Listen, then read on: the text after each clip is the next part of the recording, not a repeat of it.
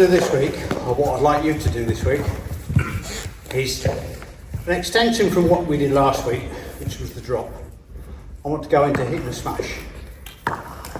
Or rather, let's recategorise it, reterm it, a downward stroke. I'm not saying you need to use a lot of force, but so it's not far removed from drop shot, but it could be a full-blown smash. So all I want to see is that I don't want any slicing the shot. That's the important thing.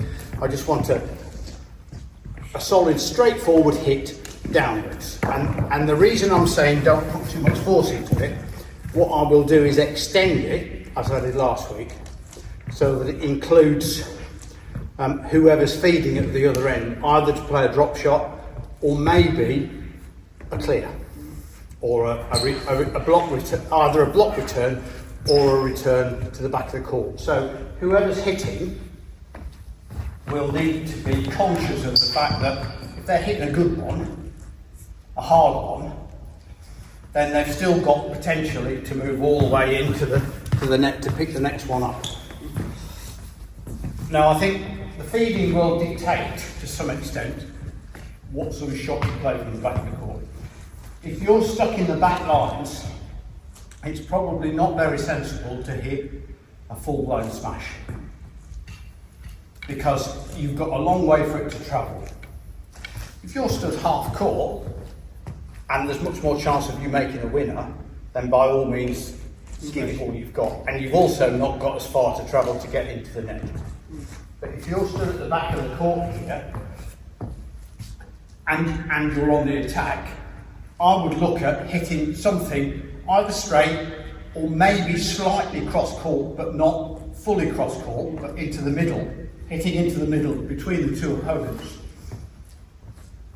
so that you're still keeping the attack, so that hopefully they've still got to lift the shot when you might get a loose one, a short one, and you can make a winning return from that. So it will really, the routine will try to feed to the back line, play a downward shot, and maybe we could include a drop, but without slice, just so that it's a downward shot keeping the attack. But what I want to do is just look at the technique, which is similar for the drop, but instead of stopping there, you're actually following through. So again, emphasis, and I can't emphasise this enough, a loose grip. A loose grip will help you get some wrist into the shot. So it's that crack through there. We don't want it to be all on like this. We want to get some wrist into it and just get that crack at the end. And try and get the downwards motion. Okay. Okay? Any questions? Shall I feed you for demonstration? You can feed me, yeah. And I can try and hit some. So we've got to think that the scenario is you're on the attack, you've hit a shot and the one is coming back, and hopefully you can keep the attack. Oh, sorry.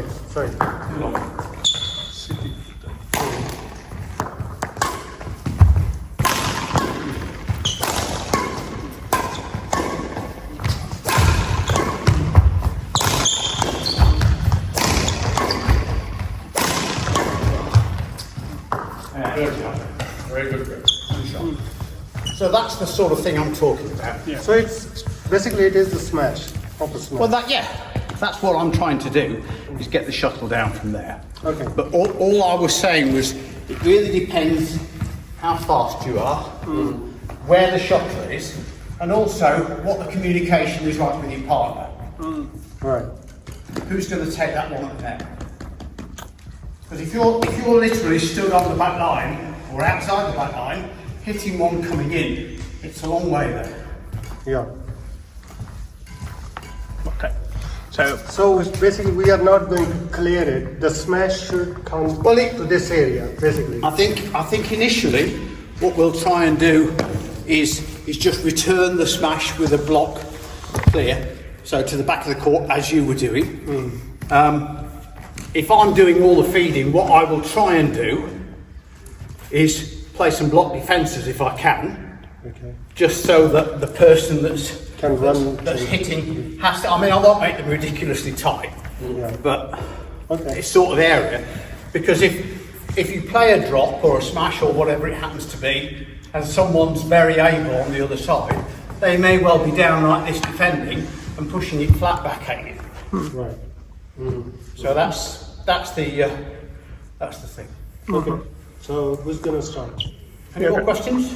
No, because we're practicing it, so we will be like that. Otherwise, in real case scenario, a smash is your partner is supposed to be.